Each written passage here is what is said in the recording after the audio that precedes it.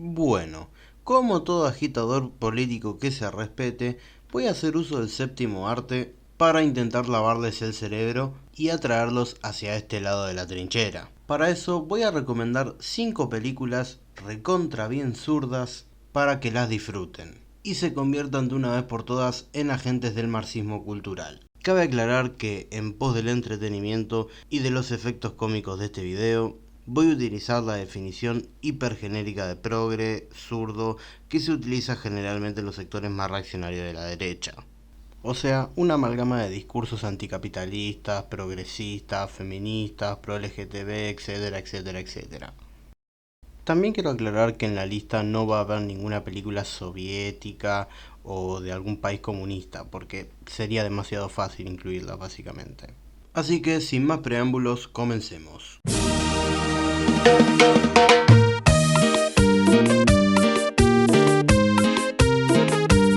Iniciemos con la película que abre las puertas a esta lista. Un gay, una negra, una mujer hipoacúsica y una criatura que sirve como representación de la otredad en general se enfrentarán al mayor de los males. Un hombre blanco heterosexual de clase media, agente de los Estados Unidos.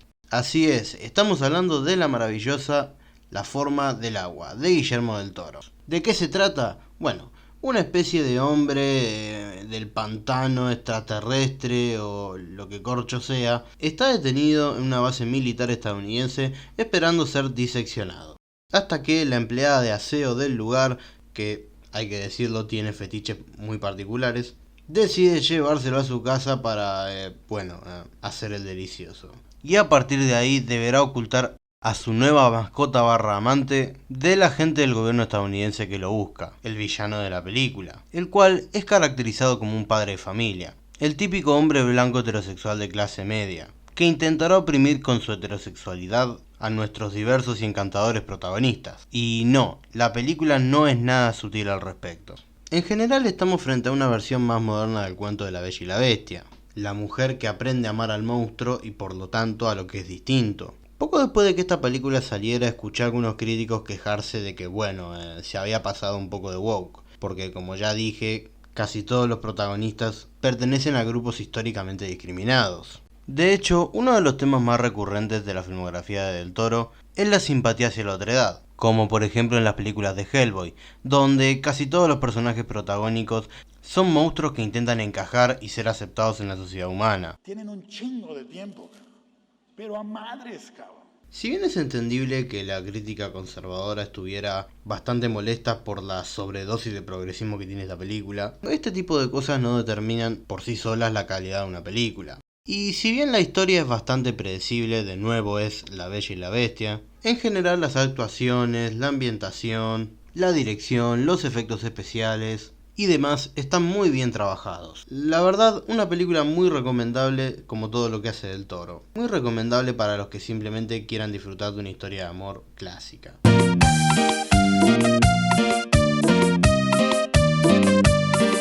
Y pasemos al segundo lugar.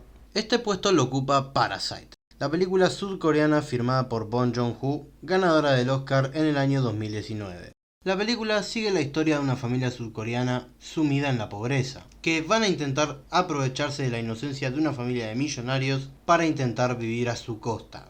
De nuevo, la historia más vieja del mundo, los ricos y los pobres, y cómo estos últimos se ven forzados, por su contexto, a realizar lo inimaginable con tal de sobrevivir. No voy a contar qué es lo que ocurre, prefiero que la vean ustedes, es realmente un delirio llegando al final. Corea del Sur es uno de los países más desarrollados del mundo. Por eso me sorprende la cantidad de obras con mensajes anticapitalistas que emanan de la cultura de este país, su cine, su televisión e incluso su música. De hecho, al igual que Parasite, muchas de las películas de Bong Joon-ho tienen un marcado mensaje anti-establishment, como por ejemplo Memories of a Murder o The Host. En todas estas películas las instituciones son representadas como corruptas, represivas o incompetentes en el mejor de los casos. Y en general, la visión que se presenta de la sociedad de Corea del Sur es sumamente pesimista. De hecho, el propio director es conocido por sus comentarios bastante críticos con el capitalismo.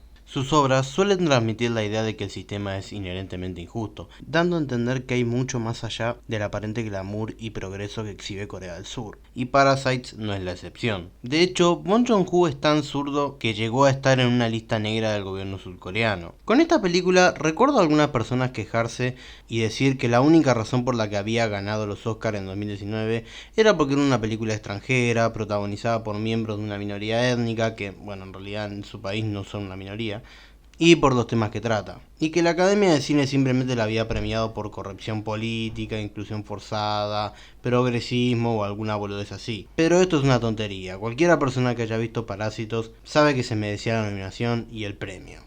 Más allá de esto, una película muy recomendable para que la vean.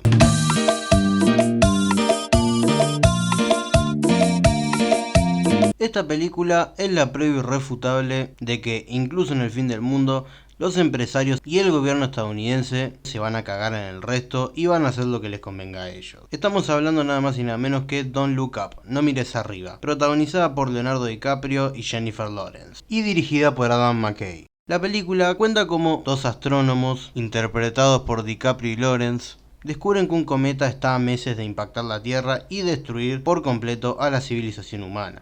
Intentan advertir a las autoridades y a los medios de comunicación, pero sorprendentemente, o no tanto, nadie los escucha. Lo más increíble de todo, las autoridades pretenden dejar que el cometa impacte en la Tierra porque creen que pueden sacar rédito económico de ello, lo cual va a derivar en varios problemas, como ya se imaginarán. La película es una crítica bastante obvia a ciertos sectores de la derecha estadounidense, estableciendo paralelismos claros entre el gobierno ficticio que se establece en la película y lo que en la vida real fue la gestión de Donald Trump y todo el movimiento que este generó. Es decir, una figura pública, en este caso un jefe de Estado, que ante un evento posiblemente catastrófico y desastroso para la población, no tiene otra mejor idea que recurrir al negacionismo, estableciendo un paralelo con lo que hace unos años fue la crisis del COVID-19 y la reacción de Trump al respecto. Aunque algunos críticos también han señalado paralelismos con los movimientos que niegan la existencia del cambio climático. Aunque desde mi punto de vista los paralelismos que plantea la película no siempre funcionan. Básicamente porque a diferencia de fenómenos como el cambio climático o la pandemia del COVID-19, el advenimiento de un cometa que va a destruir el planeta entero es algo que se escapa totalmente del control humano, y es a todas luces inevitable, más allá de los elementos tecnológicos de ciencia ficción que la película plantee para solucionar el problema. En cambio, lo que no está fuera del control del ser humano es el manejo de la pandemia del COVID-19 y la contaminación ambiental que es responsable del cambio climático. La amenaza del cometa en la película es demasiado grande, es algo contra lo que en definitiva no se puede luchar. Los fenómenos con los que intenta hacer paralelismo son mucho más graduales y sus impactos no siempre se ven a simple vista. Sin embargo, también tengo que dar el crédito de que la película es una parodia, es una sátira y por lo tanto es entendible que recurra a la hipérbole y a la exageración para hacer un punto. Aunque como dije, los paralelismos no siempre funcionan. Más allá de esto, una película muy recomendable para que la vean.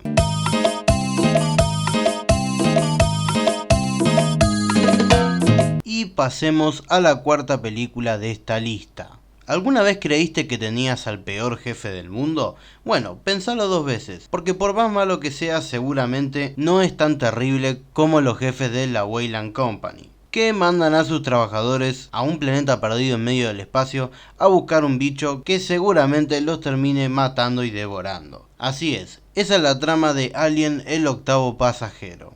Película de 1969, clásico del cine de ciencia ficción, dirigida por Ridley Scott y protagonizada por Sigourney Weaver. Personalmente, una de mis películas preferidas. Acá sinceramente no hay mucho que analizar, lo acabo de decir.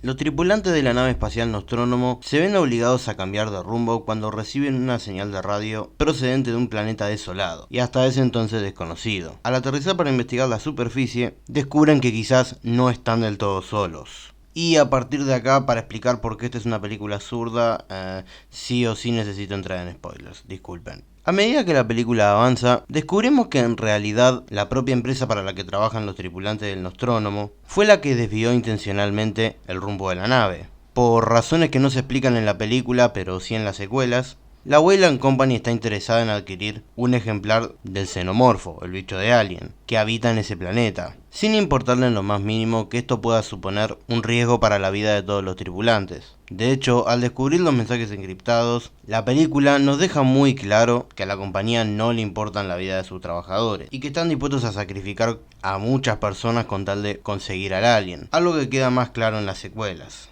Así que ya lo saben, señoras y señores, la única manera de hacer valer nuestro derecho como trabajadores, tener un sueldo digno, jornadas laborales coherentes, seguro médico y evitar que nos envíen a un planeta desolado a que nos devore un bicho horrible, es rebelarnos contra la burguesía.